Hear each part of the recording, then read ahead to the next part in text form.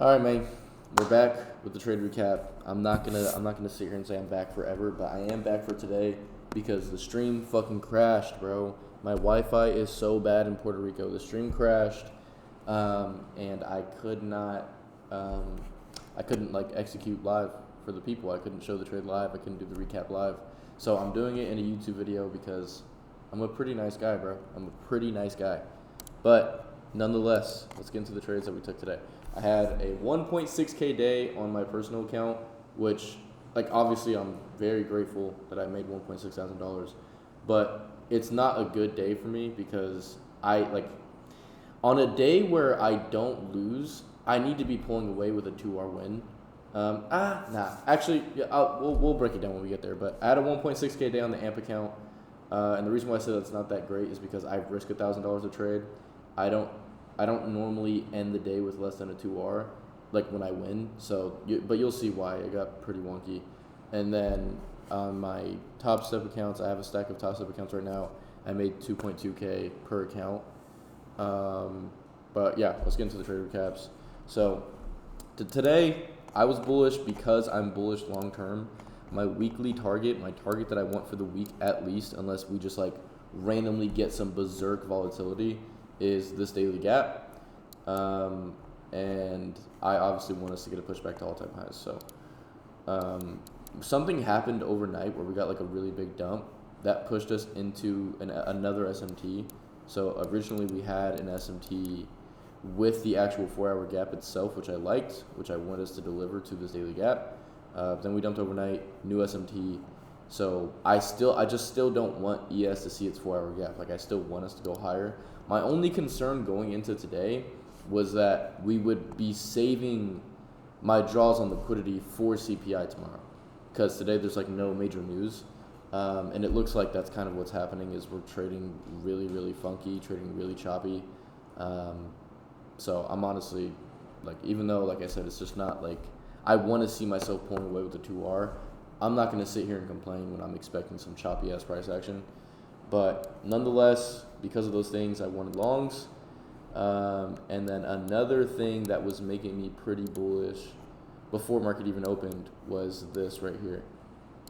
So we have these two dumps from, like I said, something happened overnight. I don't know, maybe like Trump like cut his penis off or something. I literally have no idea.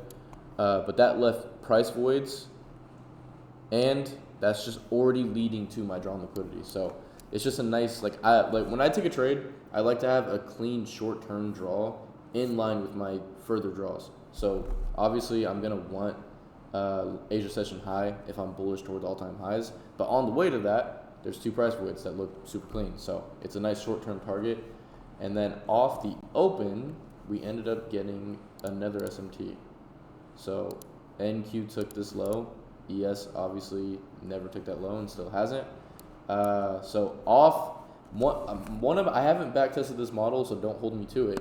But one of my favorite ways to enter the market is when I have a drawn liquidity that I would literally die behind. Like, I have no question about whether or not I'm going to take that trade, or whether or not that drawn liquidity is going to book. And then we open, manipulate the opposite direction of that draw, get an SMT.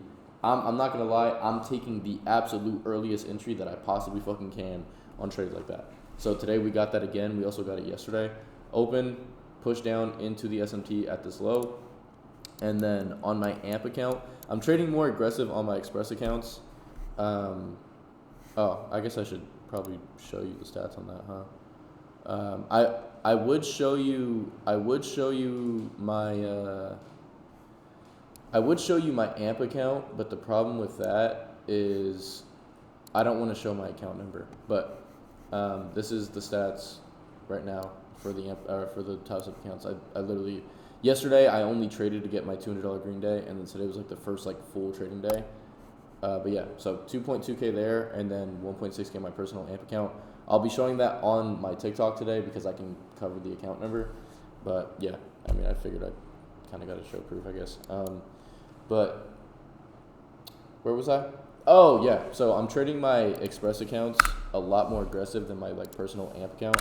So like I told you, when we get this SMT and I'm just that fucking confident in my draw, I'm taking the earliest entry possible. So on my top step accounts, oh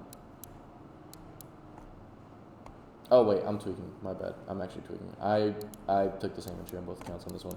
The next trade after this one is where I took a more aggressive entry on the top step accounts. But first trade of the day for me was this inverse. Like I said, bro, when I'm just abundantly confident in the draw, and we have AMD, the manipulation gives us an SMT right off open, the draw is clear, I'm taking the earliest entry I can. So this inverse shows up.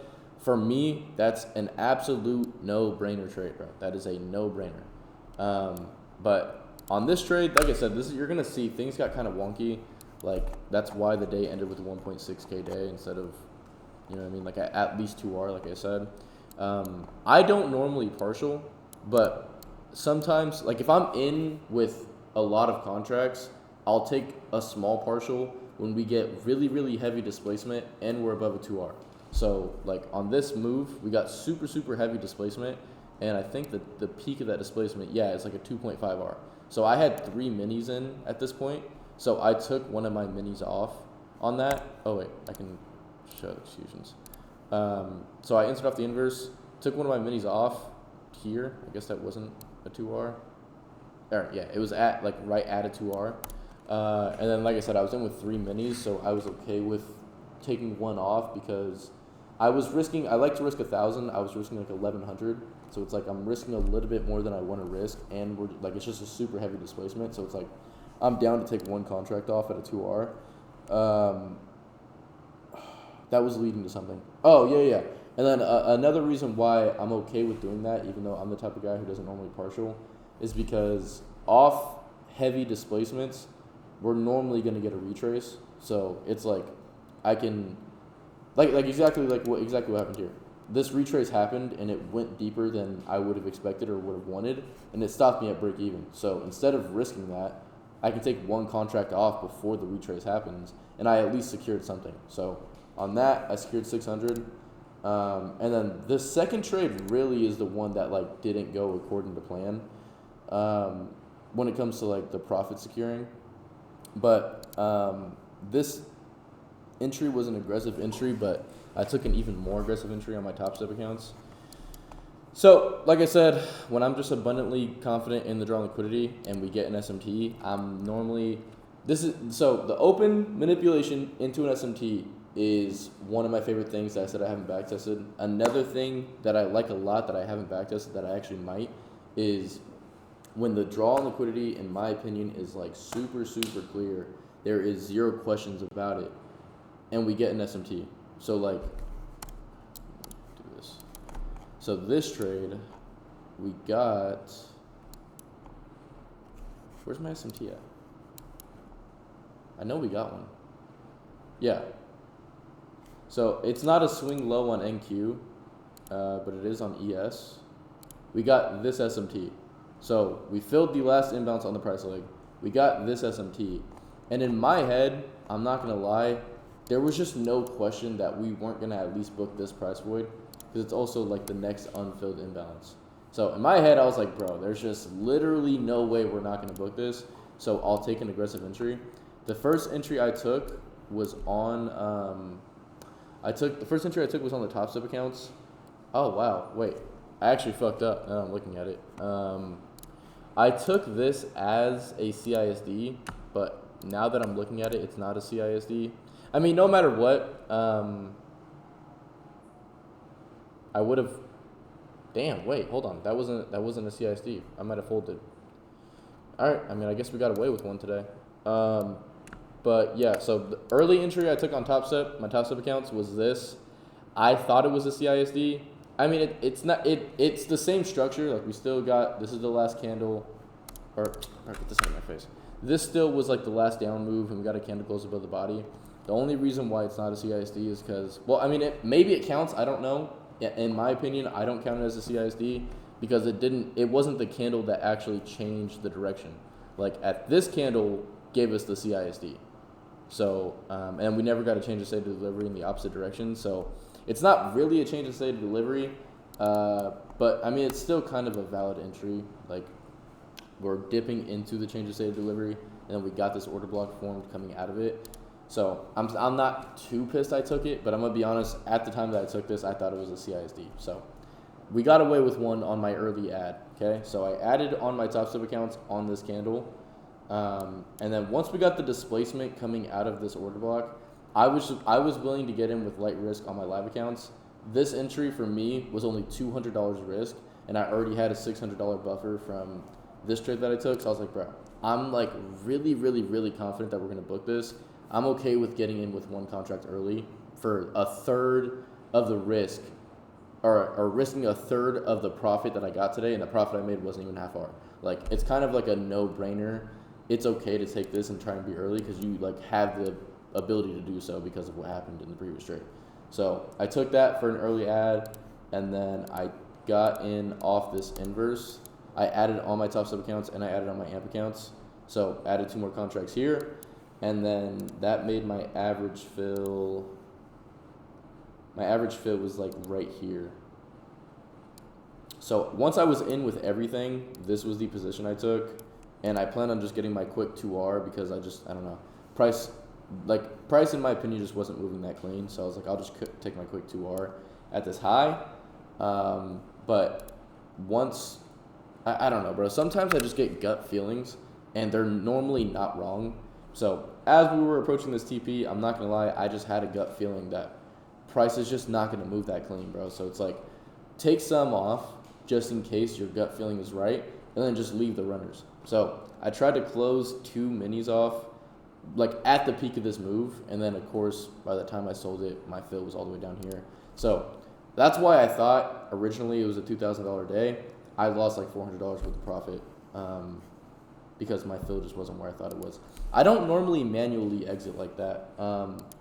Honestly, even though I was right, I don't think that's something I'm ever gonna do again. I think next time I'm just gonna take the break even because I don't like executing like that. Like I want to be precise. I only want to get rewarded when my draws hit. So I probably won't do that again, but it's fine.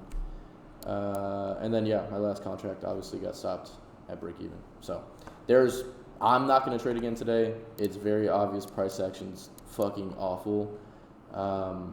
So yeah, I'm literally not even gonna look at the charts. Like, I'm about to go to the gym and do some cardio, bro. So I don't recommend you guys trade for the rest of the day either.